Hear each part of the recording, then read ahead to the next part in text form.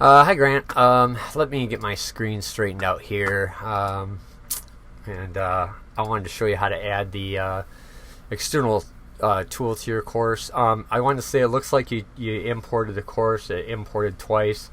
From what I can tell, it looks like there's some issues going on with duplication.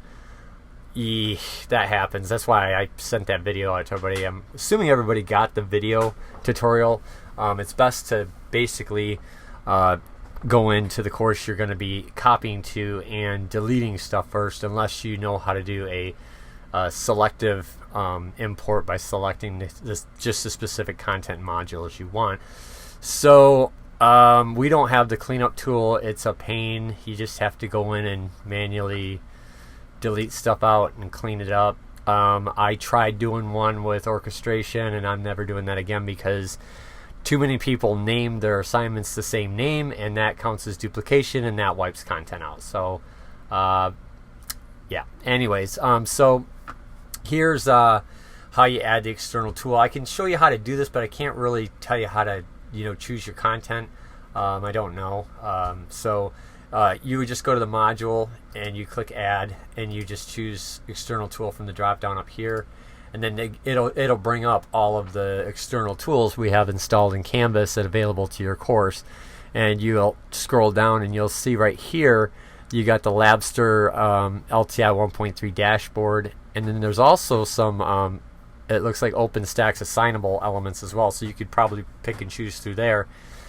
And you can put these into different modules. I'm putting this in the start here because I don't really know, like I said, what the Labster content is gonna be like. So if I click this, it's gonna open up the Labster resource, and it's gonna ask you to choose which course you want. Which I don't know. I guess you're teaching biology, but are you teaching General Biology 1? Are you teaching Introduction to Biology? Are you teaching probably not 2? I guess you'll just have to look through the outcomes and see which one is the closest match, or ask the other teacher who's teaching the course. I don't even know who that is right now.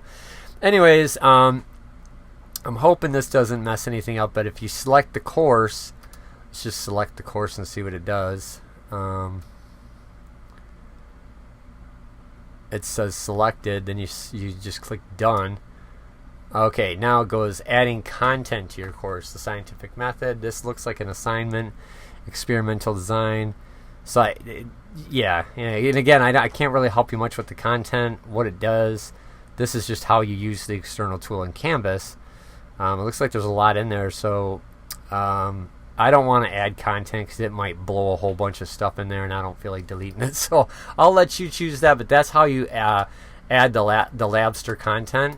So I'm just going to exit out and not add anything to your course.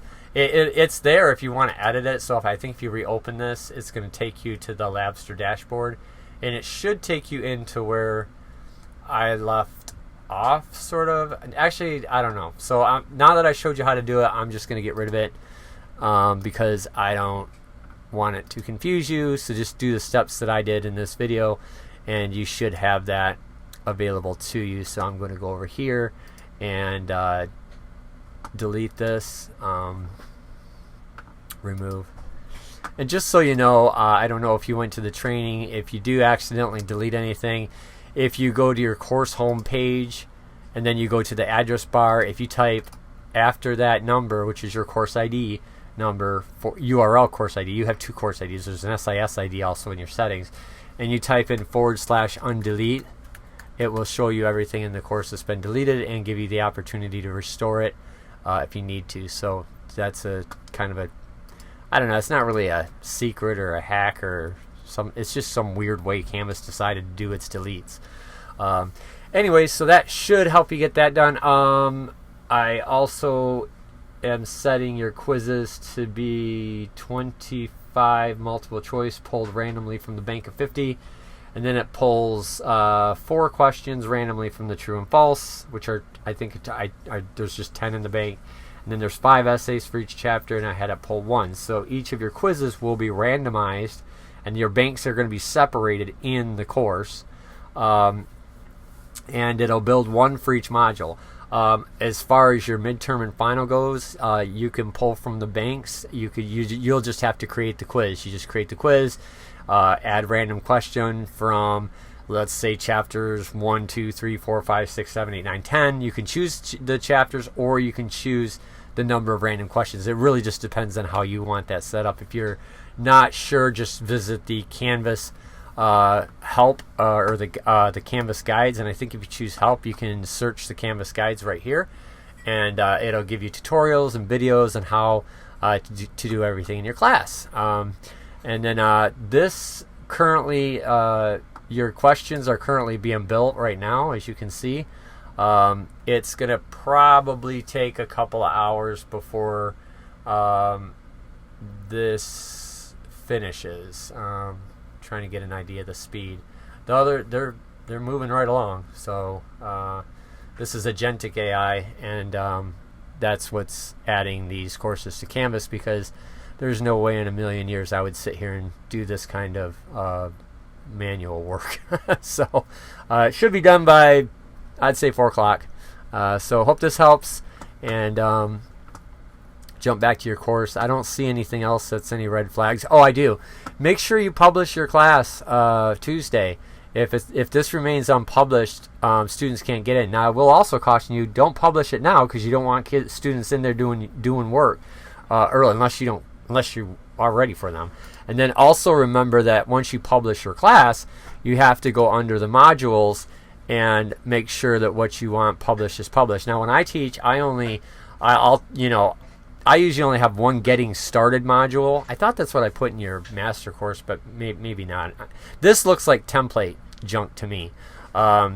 Anyways, I just activate the getting started module, and that's got information on how they get their textbook.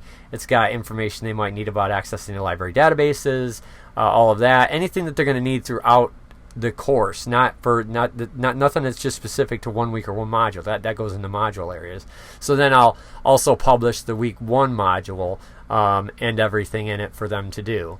And I don't publish week 2 because I don't want my students in week 2 before it's week 2. I don't understand teachers to do that. So anyways, so hopefully that gets you ready for Tuesday and you're up and running. Your question item banks are over here on the left. You can see they're still currently being built right now in your course. A bunch of them are there. There's a lot. And the reason why they're separated, like if you look at chapter 1, if you don't separate them by essay, multiple choice, true and false, then if you try to randomize it and you got 5 essay, in theory, a student could get 5 essay questions. So that's why I separate them like that. And that gives you 3 banks per chapter of different question types. And then there's a total of, I don't know how many chapters you said you were doing, but it's just the ones that you specified in the email. It's not going to be any other chapters. So it's limited to the ones you told me. I didn't even pull content for those chapters you didn't mention. So that's something to just take note of. So that's where the item banks are. Now the quizzes are going to be under quizzes, and you can see I don't know what these anonymous graded survey, hope it isn't. These might just be placeholders as it's building right now.